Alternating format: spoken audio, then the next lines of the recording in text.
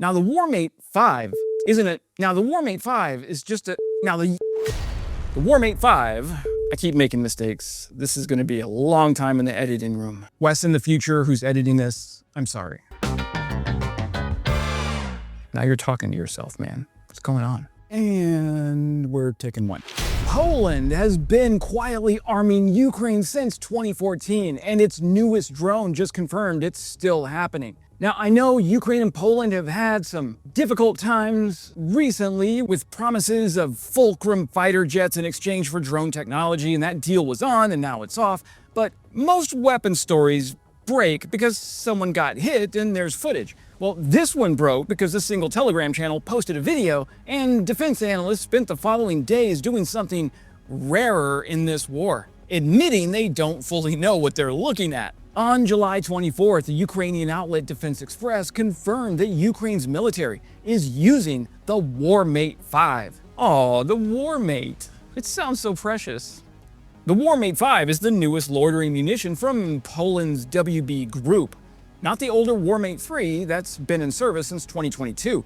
The Warmate 5 is a system that's barely been photographed in this war at all. And here's the part that makes this really interesting. Instead of just another drone update, Defense Express couldn't tell you how many Ukraine has, couldn't tell you which unit is flying them, couldn't tell you whether Kyiv paid for them directly or whether Sweden or the broader drone coalition picked up the bill. What they could tell you is that a system almost nobody's seen on camera has apparently been flying combat missions long enough and quietly enough that its near total absence from open source footage is itself a headline. Hey friends, Wes here, defense journalist, Army and Air Force veteran, and today we're covering the Warmate 5, the 14-year relationship between Poland's WB group and the Ukrainian military that makes this drone's appearance make sense. And why a weapon nobody's photographed might matter more than one that's all over your feed. Here's the assumption most drone coverage runs on, and it's the wrong one for this story. The instinct is to treat visibility as a proxy for significance. If a drone is all over Telegram, it's important. If it's rarely seen, it's marginal, experimental, maybe not even real. Well, that instinct works most of the time. It fails completely, though, for a system operated by intelligence units rather than regular infantry formations. Defense Express specifically noted that the likely operator here is a unit of Ukraine's defense intelligence, the GUR. That single detail flips the entire visibility question on its head. Intelligence units don't post their operations to Telegram for morale content. They stay quiet by design. The Warmate 5's absence from open source footage isn't evidence it's unimportant. It's consistent with exactly the kind of unit that would actually be flying it. So what do we actually know? Well, the Telegram channel UKR_informant published footage showing the Warmate 5 in use. Defense Express assessed that a defense intelligence unit is the likely operator, based partly on the fact that Ukraine's GUR previously operated earlier Warmate variants and has publicly shown their control interface before. That's a reasonable inference, but it's not a confirmation. What's unknown is substantial, whether these units were purchased through Ukraine's own defense procurement budget or financed by Poland directly, whether other countries are involved in funding the delivery, how many units Ukraine actually has. Defense Express was explicit that the system's rarity in footage could mean several different things. A small number in service, specific operational security around how they're used, or simply a lack of published material. And the honest answer is that it's very difficult to draw firm conclusions from what's public. That level of uncertainty would be a weakness in most stories, but here it's the most informative part. To understand why a new Warmate variant quietly showing up in Ukraine isn't a surprise, you have to understand how long WB Group has actually been in this relationship. So WB Group's Fly-Eye reconnaissance drone has been used by Ukrainian forces since 2014 or 2015, years before the full-scale invasion. With a track record, Ukrainian units have consistently praised. The original Warmate loitering munition was offered to Ukraine even before February of 2022, but serious deliveries only began after the full-scale invasion started. The first batch, 20 units, arrived in September of 2022, funded through a Ukrainian crowdfunding campaign that raised roughly $1.73 million via Monobank. By the time WB Group CEO spoke to an outlet called Shepherd Media that same September, Ukrainian forces had already used more than 150 Warmates in combat, and the company was projecting production growth from 500 units in 2022 to 1,500 in 2023. A threefold jump driven directly by wartime demand. That relationship has only deepened since. WB Group now operates its own subsidiary inside Ukraine, providing repair, maintenance, and spare parts for its products already in service. In 2025, last year, the company localized actual UAV production inside Ukraine itself, a strong signal that ongoing Ukrainian orders exist even where specific contract details aren't public. The Warmate 5 is the latest product from a manufacturer that's been supplying Ukraine continuously for over a decade, through a partnership that predates most of the drone programs getting more attention today. Here's what actually separates the Warmate 5 from what came before it. The original Warmate is a lightweight, backpack portable system about 1.1 meters long, launched from a pneumatic tube, carrying a warhead around 1.4 kilograms with an operational range roughly 30 kilometers. It's a tactical, close support weapon, the kind of thing a squad carries and launches against a specific target it can already see or has just located. Warmate 3, the variant Ukraine has fielded most extensively, added NATO-compliant modular warheads, thermobaric and anti-armor options, and critically, signal relay and retransmission capability designed specifically to keep functioning in GNSS-denied, heavily jammed environments. Russian electronic warfare has forced constant redesign of anything that depends on GPS. The Warmate 5 is a different category entirely.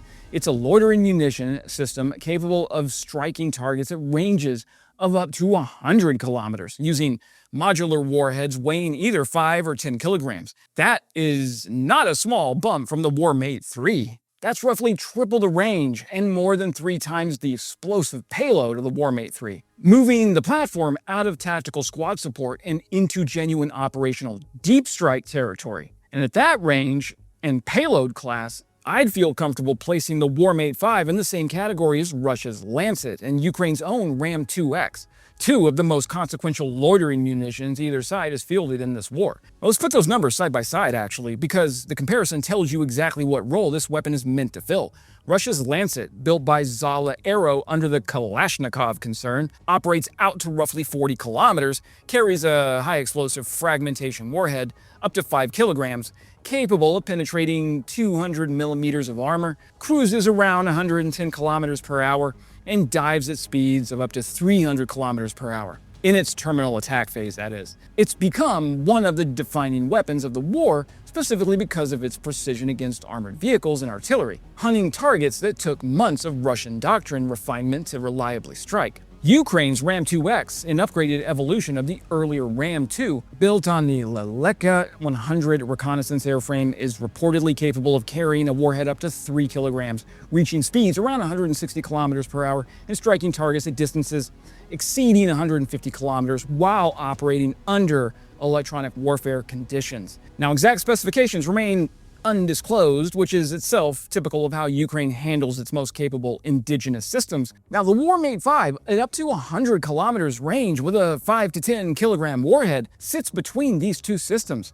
Longer range and heavier payload than the Lancet, shorter range but heavier payload than the Ram 2X. That positioning suggests Poland built the Warmate 5 specifically to compete in the exact capability tier both sides have already proven decisive in this war, rather than trying to leapfrog into an entirely new category. Now, you guys know I was Army Infantry with 101st Airborne Division. As a former grunty grunt, I want to explain why the range jump from Warmate 3 to Warmate 5 matters more than the number alone suggests. A 30-kilometer weapon is a frontline tool. It's what a unit uses against something it can already locate through its own reconnaissance, within its own operational bubble.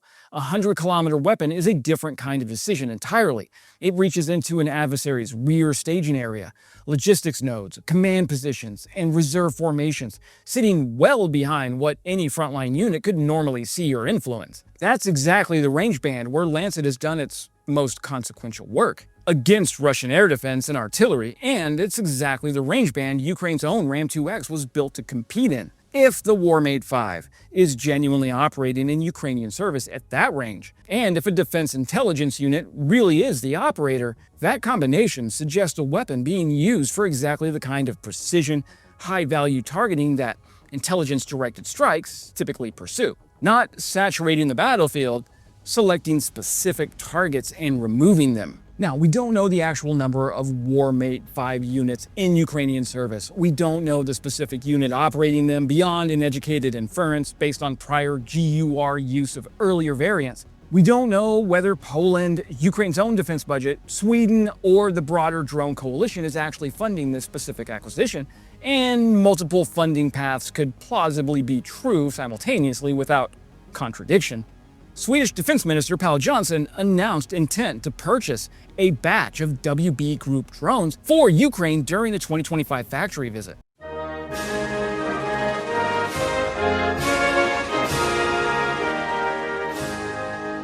What we can say with more confidence is that none of that uncertainty is unusual for a system operated by an intelligence unit, rather than by a conventional infantry formation.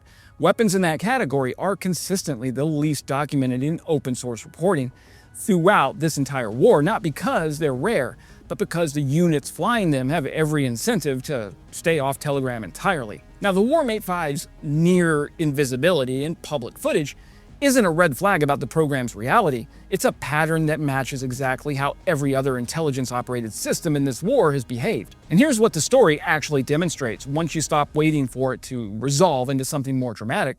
Poland's relationship with Ukraine's drone war didn't start with a headline-grabbing announcement, and it isn't continuing with one either. It started with FlyEye. So Poland has become one of the most consistent, least flashy suppliers in this entire war, upgrading its product line in step with Ukraine's evolving needs, localizing production in Ukraine when it made sense to do it, and doing almost none of it in a way that generates the kind of coverage a fighter jet transfer or a headline missile deal gets. Every specific claim about unit numbers, operating formations, and funding sources in this story rests on inference rather than confirmation. Defense Express itself was explicit that drawing firm conclusions from the available evidence is genuinely difficult, and that caution deserves to be repeated here rather than smoothed over for a cleaner narrative. What's confirmed is the video, WB Group's decade-plus relationship with Ukraine, and the Warmate 5's publicly stated specifications.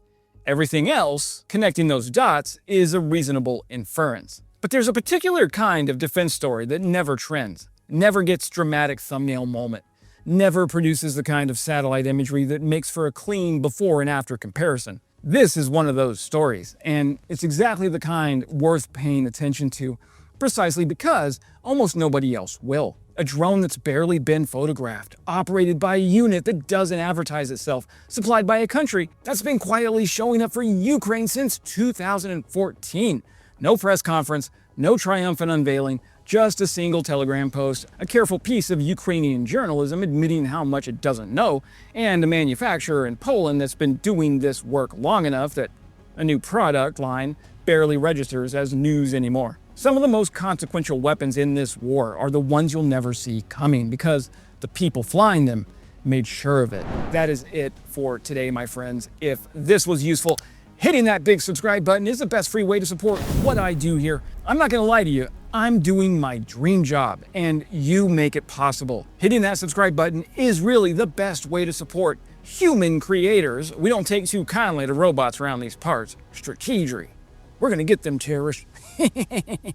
Subscribe because I cover Ukraine's drone ecosystem and its European industrial partners 4 times a week, and the algorithm needs the signal. For deeper analysis, I'm on Medium and Substack. And as always, glory to Ukraine, glory to the heroes. Crimea is Ukraine.